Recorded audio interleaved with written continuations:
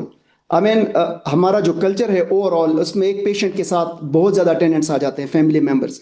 But if we talk about Balochistan and Quetta, پھر وہ dynamic all together change ہو جاتا ہے as compare to other parts of Pakistan. یہاں پوری فیملی آتی ہے, ایک پیشنٹ کے ساتھ ایوریج 10 سے 15 لوگ آتے ہیں, اور پھر ان کو سمجھانا, ان کو کنٹرول کرنا کہ آپ کے پیشنٹس کے لیے یہ ضرور اچھا نہیں ہے.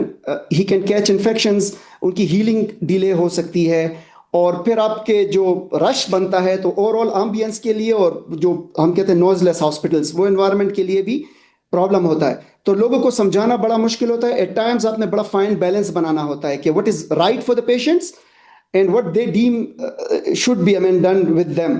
تو ایک یہ ہے, ایک اور ایسپیکٹ یہ ہے کہ گھر سے کھانا لانا پیشنٹس کے لیے. فار ایگزامپل یہاں پر کلچرلی یہ سمجھا جاتا ہے, اور اوور آل ہمارے ہاں ہے پاکستان میں, کہ گھر کا کھانا مریض کے لیے اچھا ہے. تو پھر لوگوں کو ایجوکیٹ کرنا کہ جو کھانا آپ لا رہے ہیں مریض کے لیے وہ اس کی صحت کے لیے ٹھیک نہیں ہے. We have a proper system of delivering food for patient, which is hygienic and which is properly approved by the dietitian and clinical nutritionists.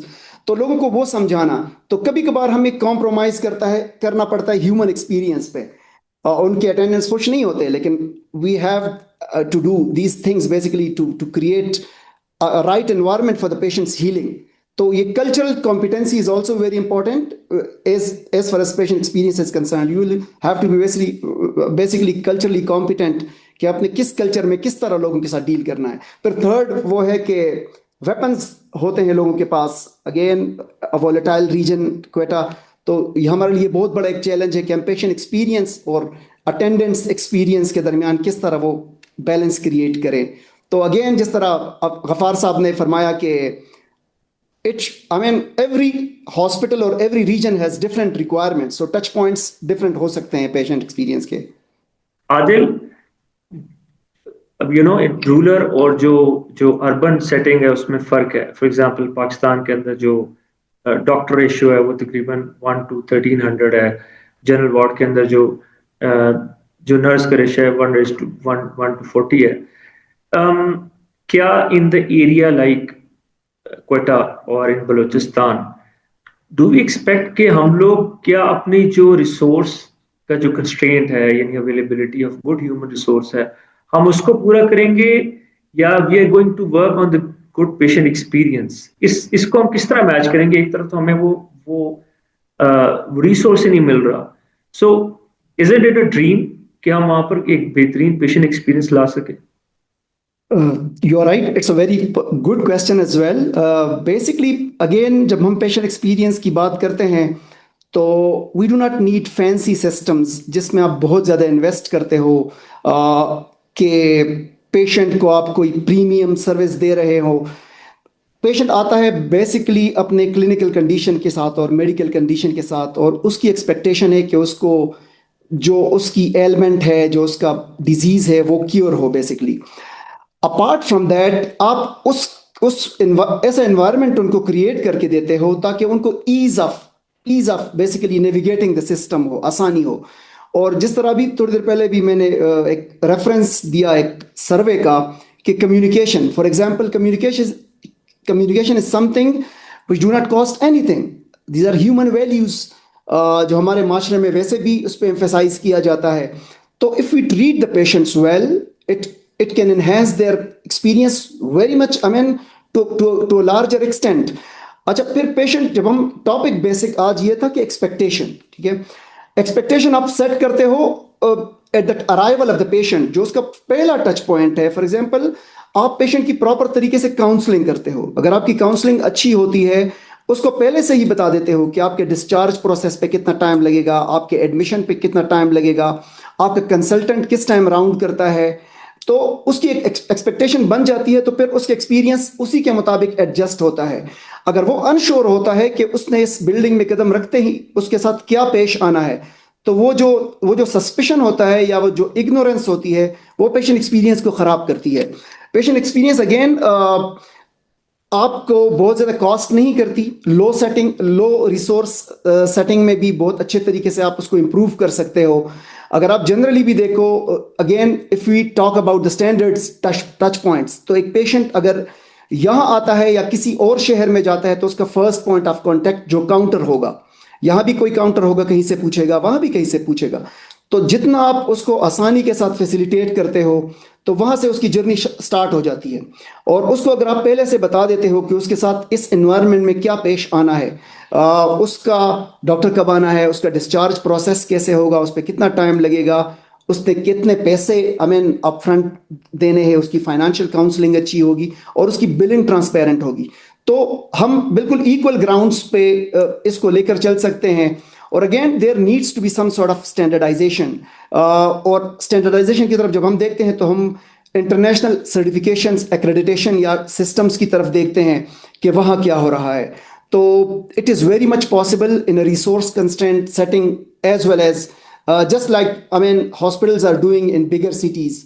تو میرا نہیں خیال کہ ریسورس کا مسئلہ ہے, میرے خیال میں اپروچ کا مسئلہ ہے.